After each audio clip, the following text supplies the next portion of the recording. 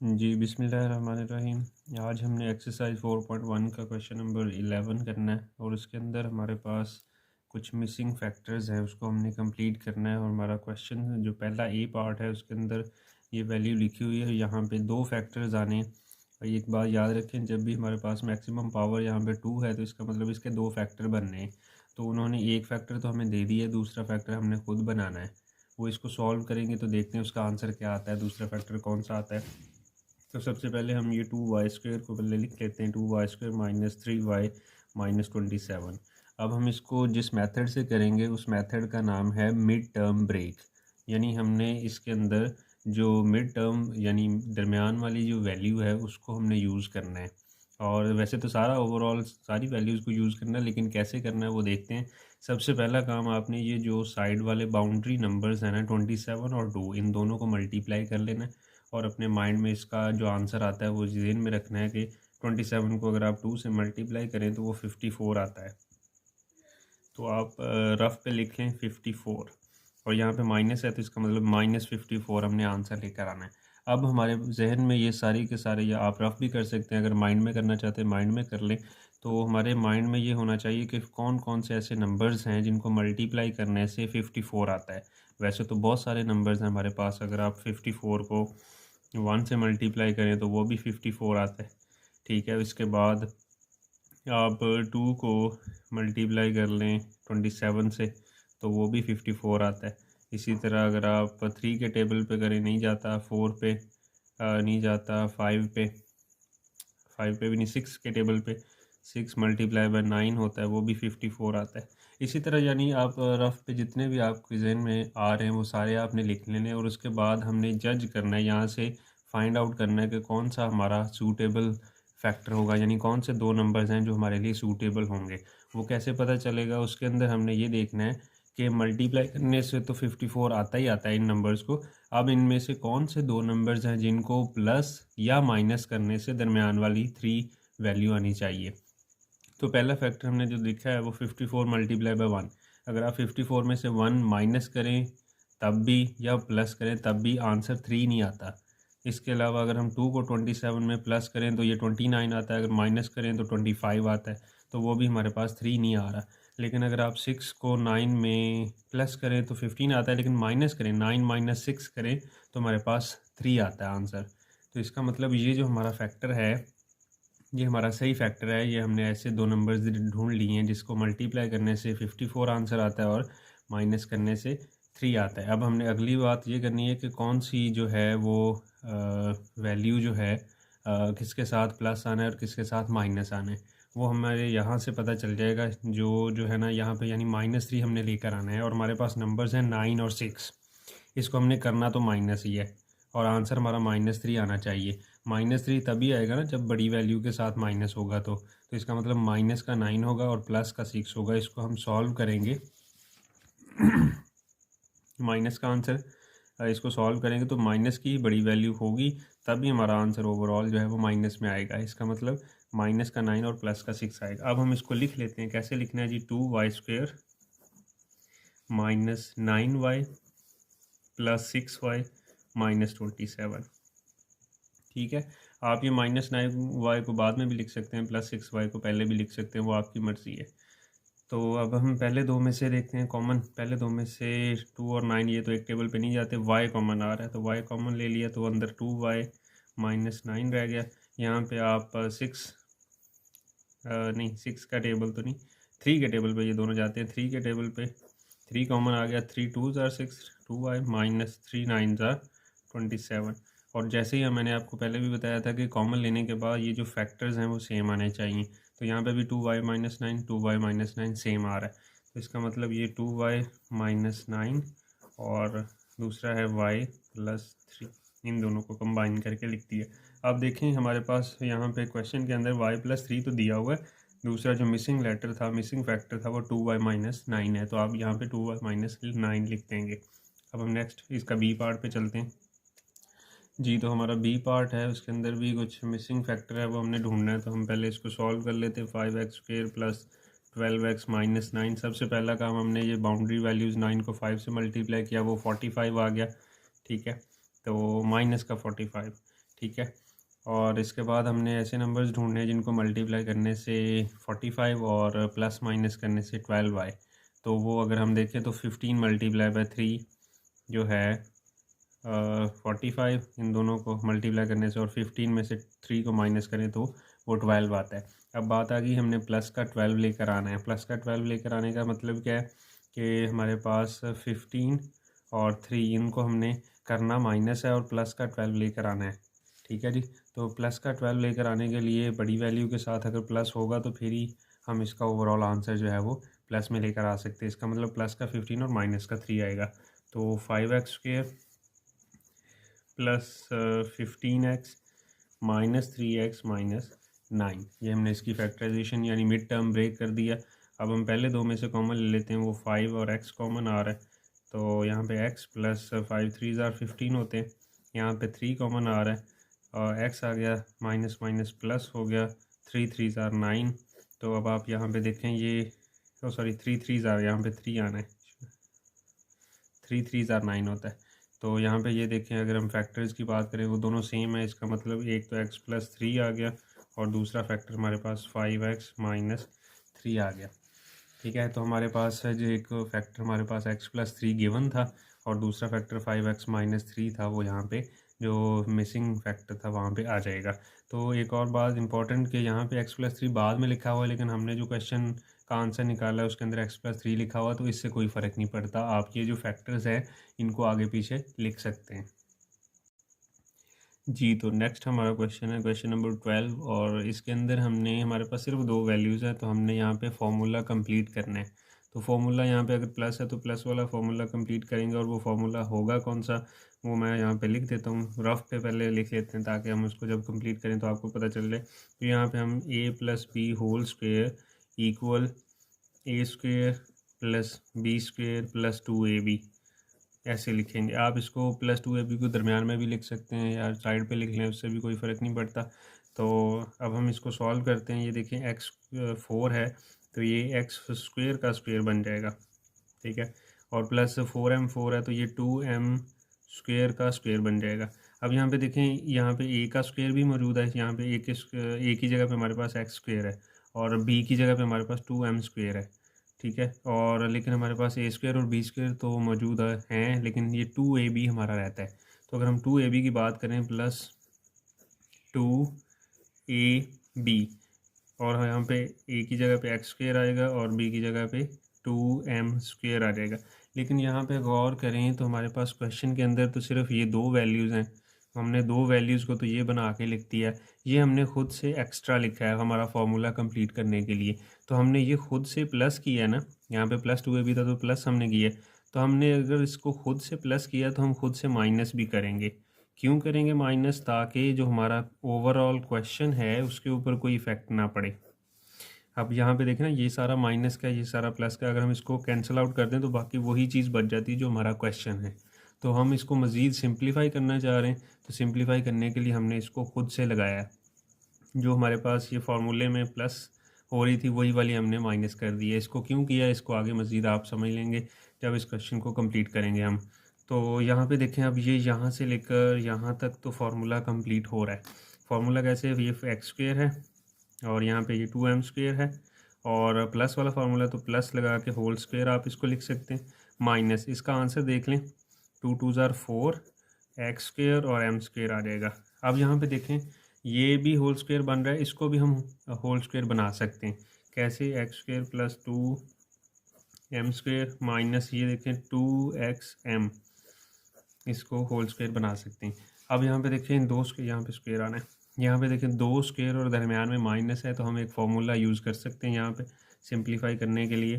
तो यहाँ पे आप इसको अप्लाई करें, एक दफ़ा प्लस एक दफ़ा माइनस वाला 2m² प्लस 2xm आ जाएगा और एक दफ़ा हम इसको करेंगे तो x² plus 2m² minus 2xm आ जाएगा। ठीक है। तो हमने क्या किया, इस क्वेश्चन को मज़ीद सिंप्लीफाई करने के लिए यहाँ पे दो फार्मूले लगाए और ये हमारा फाइनल आंसर आ गया क्वेश्चन नंबर 13 जी। तो क्वेश्चन नंबर 13 है, 13 भी इसी तरह होने वाला क्वेश्चन है। उसके अंदर भी हम देखते हैं कि यहाँ पे m4 है तो m4 को हम m² का स्क्वेयर लिख सकते हैं। ठीक है जी। और 1 है तो 1 का स्क्वेयर लिख सकते हैं। +2a और b ये हमने खुद से बनाने हैं हमारा क्वेश्चन कंप्लीट होने के लिए। फार्मूला इसके अंदर जो यूज़ होना है, तो m² यहाँ पे आ जाएगा और यहाँ पे 1 आ जाएगा। अब हम इन तीनों को मल्टीप्लाई करें, 2 1 2 2m² यानी ये बनता है इन तीनों को मल्टीप्लाई करने से। लेकिन हमने जो पिछले क्वेश्चंस किए थे, अगर हम उसके गौर करें, आप उसको रिवाइज़ करते रहे होंगे, तो ये 2m² जो है ये दरमियान वाली वैल्यू हमारी बननी चाहिए। लेकिन यहाँ पे तो m² सिंपल लिखा हुआ है, तो इसका क्या मतलब कि हमने ये हमारा 2m² बन रहा है, यहाँ पे m² यानी एक m² एक्स्ट्रा बन रहा है। 2 में से 1 माइनस करेंगे तो फिर 1 बचेगा ना। इसका मतलब ये 2m² में से क्या माइनस करें कि हमारा आंसर m² आ जाए, वो -m² होगा। ये देखिए ना, ये 2m² बनता है, 2m² में से -m² करेंगे तो हमारा ये दरमियान वाली वैल्यू आ जाएगी। तो ये हमारे पास एक्स्ट्रा थी, तो हमने उसको खुद से माइनस करके लिख दी है। अब हम यहाँ पे देखते हैं, ये जो है हमारा फार्मूला बन गया। इस पे आप फार्मूला को क्लोज़ कर दें, m² और यहाँ पे 1 है, प्लस वाला फार्मूला हमने लगाया, तो माइनस ये m² वैसे का वैसे ही।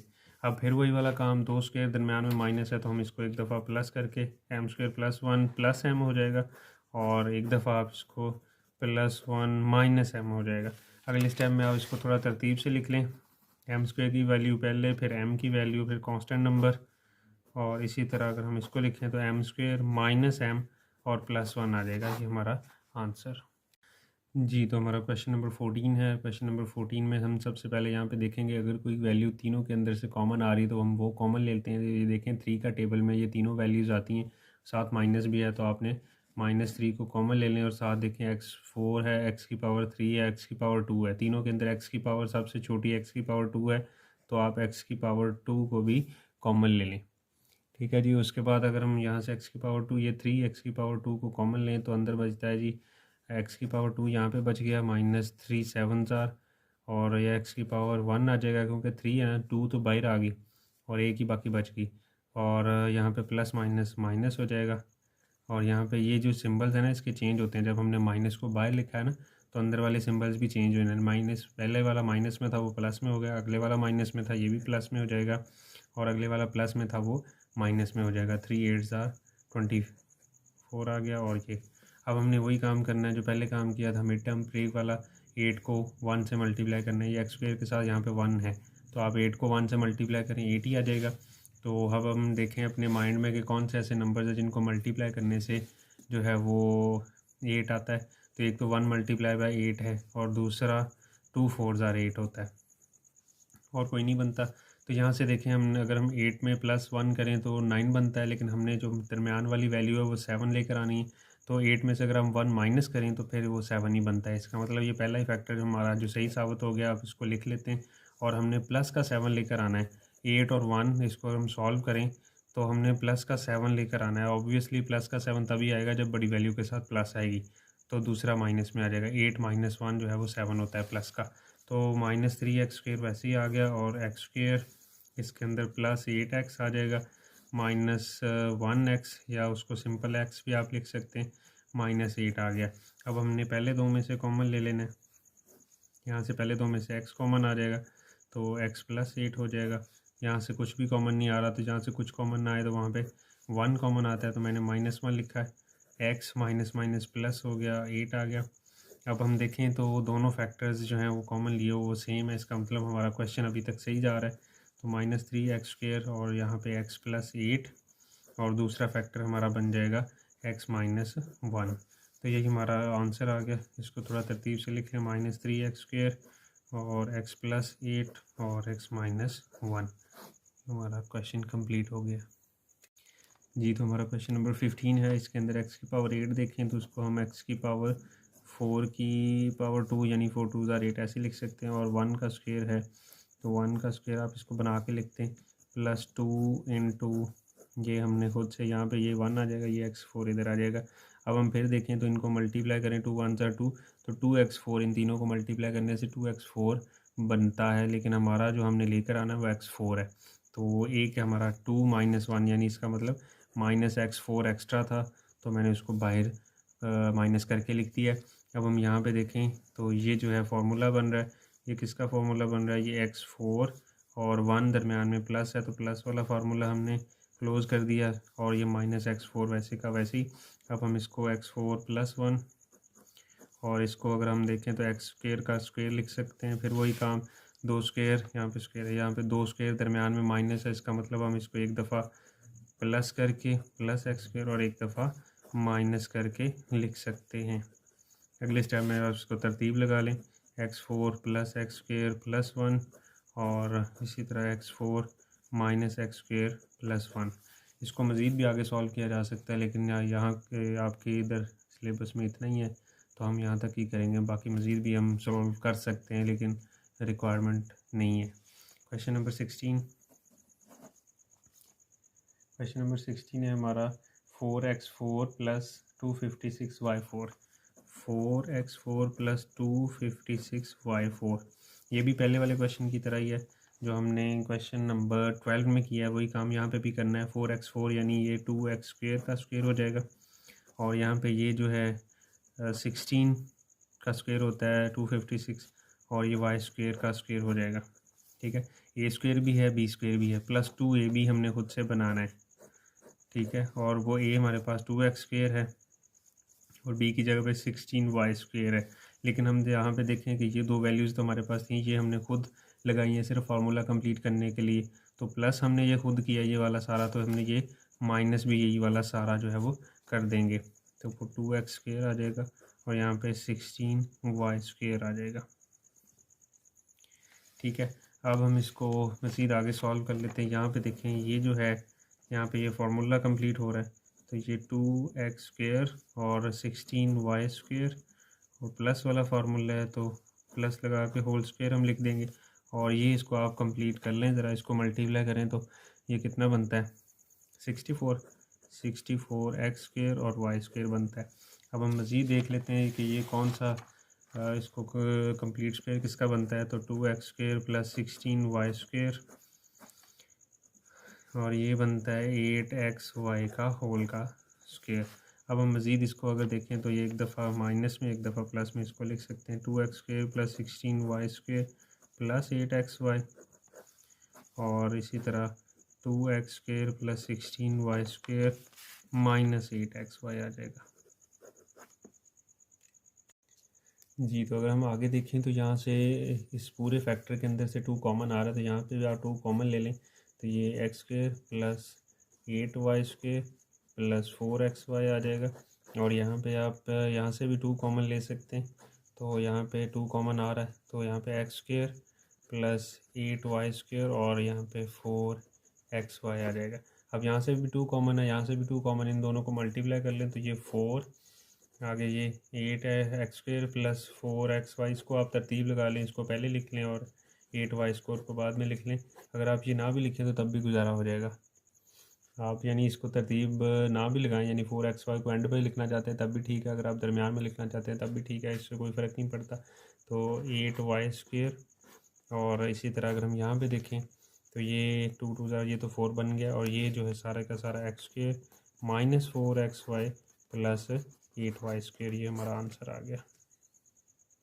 जी, तो नेक्स्ट हमारा क्वेश्चन नंबर 17 है। क्वेश्चन नंबर 17 को अगर हम पहले तरतीब लगा लें तो हमारे लिए बेहतर होगा और ये हमने मिड टर्म ब्रेक में ही इसको सॉल्व करना है। तो तरतीब लगा लेते हैं, x स्क्वेयर -7x + का 12। अच्छा, उसके बाद अगर हम यहाँ पे देखें तो मिड टर्म ब्रेक बेसिकली तब लगाते हैं जब हमने पहला और आखिरी नंबर हमारा कंप्लीट स्क्वायर ना बन रहा हो। यहाँ पे भी देखें x स्क्वायर जो है वो ये तो कंप्लीट स्क्वायर है लेकिन 12 किसी नंबर का स्क्वायर नहीं है, तो हम कोशिश कर देंगे कि फिर कोई और मेथड लगाएं, नहीं तो हम फिर जो हमने पहले कंप्लीट करते थे ना स्क्वायर वही लगा सकते हैं। तो यहाँ पे अब देखें ये स्क्वायर कंप्लीट नहीं हो रहा है, इसका मतलब कि हम मिड टर्म ब्रेक लगाएंगे। तो मिड टर्म ब्रेक के लिए हमने 12 को पहले 1, जहाँ पे 1 है इससे मल्टीप्लाई करना है और 12 को रफ पे लिख लें। और कौन से दो नंबर्स हैं, 2 × 6 12 होता है, 4 × 3 12 होता है। ठीक है, और इसके अलावा बस यही होता है, और 12 × 1 12 होता है। अब हमने क्या करना है, कौन से दो नंबर जिनको प्लस या माइनस करने से 7 आता है, तो ये दूसरा है। 4 में से 4 और 7 को अगर हम प्लस करें तो वो 7 बनता है, तो और लेकिन माइनस का 7 लेकर आना है। तो इसका क्या मतलब कि माइनस का 4 और माइनस का 3 होगा तो भी -7 आंसर आएगा, दोनों माइनस के होने चाहिए तब हमारा आंसर -7 आता है। तो इसका मतलब हम इसको लिख लेते हैं, x स्क्वेयर -4x -3x + 12 और पहले दो में से कॉमन ले लें तो वो x आता है, x माइनस 4 आ गया। यहाँ से -3 कॉमन आ रहा है तो प्लस माइनस माइनस होता है, 3 4 ज़ा 12। ये दोनों सेम फैक्टर्स हैं, इसका मतलब x माइनस 4 आ जाएगा और x माइनस 3 आ जाएगा। ये हमारा क्वेश्चन नंबर 17 हो गया। अब हम 18 की तरफ चलते हैं। 18 है हमारा x² माइनस 9x प्लस 8। अच्छा, यहाँ पे देखें, यहाँ पे भी वही काम करना है हमने। ये 8 कंप्लीट स्क्वायर नहीं है तो 8 को यहाँ पे 1 है, 1 से मल्टीप्लाई कर देते हैं वो 8 ही आता है। कौन से दो नंबर, एक तो 8 मल्टीप्लाई बाय 1 ही 8 होता है, 2 4 ज़ार 8 होता है। तो यहाँ पे ये पहला नंबर हमारा सेटिस्फाई कर रहा है। कैसे? क्योंकि हमने 8 में अगर हम 1 प्लस करें तो वो 9 बनता है, लेकिन माइनस का 9 लेकर आना है, इसका मतलब माइनस का 8 और माइनस का ही 1 होना चाहिए, तभी -9 आंसर आता है। तो हम x² माइनस का 8x और माइनस का x प्लस 8 आ जाएगा। और पहले दो में से अगर हम कॉमन लें तो x आ जाएगा, x माइनस 8। अगले दो में से कुछ कॉमन नहीं आ रहा तो हम -1 खुद से कॉमन ले लेते हैं। माइनस प्लस माइनस पहले तो ये x आ जाएगा, माइनस प्लस माइनस और फिर 8 वैसे का वैसे। ये देखें, अगर हम ये दोनों फैक्टर सेम है इसका मतलब हमारा क्वेश्चन सही है। तो x माइनस 8 और ये x माइनस 1, ये हमने इसका आंसर सॉल्व कर लिया। उसके बाद बड़े आसान से क्वेश्चन हैं तो इसलिए मैं जल्दी जल्दी कर रहा हूँ। 19 है, 19 10z² माइनस 29z और प्लस 10 जी। तो ये हमारा क्वेश्चन है। ये थोड़ा लग रहा है कि मुश्किल होगा। यहाँ से पे 10 को 10 से अगर हम मल्टीप्लाई करें तो ये 100 होता है। अब हमने मल्टीप्लाई करने से 100 लेकर आना है और प्लस माइनस करने से 29 लेकर आना है। तो 100 के तो बहुत सारे फैक्टर्स हैं, तो आप इसको रफ पे चेक कर लें। मैं आपको डायरेक्ट इसका आंसर बताने लगा हूँ। 25 को अगर हम 4 से मल्टीप्लाई करें ना तो वो 100 होता है, और 24 में प्लस 4 करें तो वो 29, लेकिन हमने माइनस का 29 लेकर आना है। तो इसका मतलब माइनस का 29 लेकर आना है तो दोनों माइनस के होने चाहिए, यानी 25 भी और 4 भी। तो अब ये 29 जो है वो माइनस का बनता है दोनों को प्लस करने से। अच्छा, तो 10z² माइनस 25z आ जाएगा, माइनस 4z प्लस 100 आ जाएगा। और इन दोनों को अगर हम करें तो पहले दो में से कॉमन लें तो ये बनता है 5z कॉमन आ गया, 5 2 ज़ार 10 और साथ z आ जाएगा, माइनस 5 5 ज़ार आ गया। उसके बाद यहाँ से देखें, यहाँ से जी, तो यहाँ से 2 कॉमन आ रहा है, और ये सॉरी ये ना 10 है, यहाँ पे ये 10 है, 100 लिखा गया।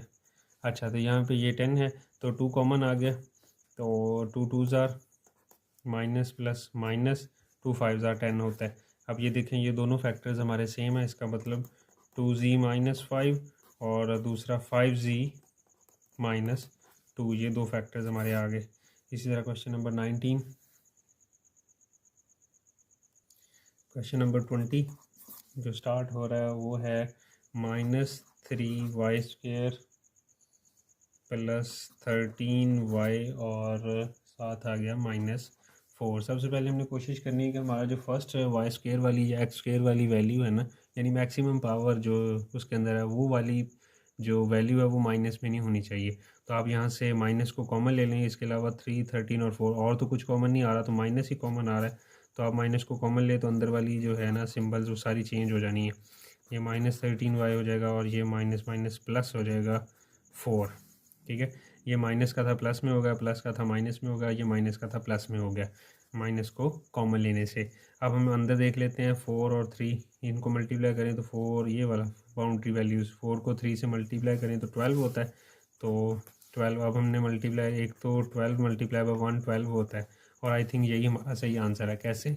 क्योंकि हमने 13 लेकर आना है प्लस माइनस करने से। तो 12 में से 12 में 1 प्लस करें तो 13 आता है, लेकिन माइनस का 13 लेकर आना है। इसका क्या मतलब कि हमने 12 भी और -1 दोनों माइनस के लेकर आने, तब हमारा आंसर -13 आ जाएगा। तो इसको लिख लेते हैं, 3y² minus 12y minus y या 1y या y एक ही बात है, प्लस 4। और पहले दो में से कॉमन लें तो 3y कॉमन आ गया, y माइनस 3 4 ज़ार 12, ये 3 4 ज़ार 12 होता है। और यहाँ से कुछ कॉमन नहीं आ रहा तो यहाँ पे 1 कॉमन ले लें, तो y minus minus plus minus और ये 4 ये आ गया। अब यहाँ पे देखें ये दोनों फैक्टर्स सेम है, तो अब y-4 लिखेंगे और इसके साथ 3y-1 लिख लेंगे। ये हमारा आंसर आ गया। ये दोनों सेम है तो इसको एक दफ़ा लिख लें और उसके बाद ये जो है जो हमने कॉमन लिया है इन दोनों को कंबाइन करके लिख देना है। तो ये हमारा क्वेश्चन नंबर 20 हो गया।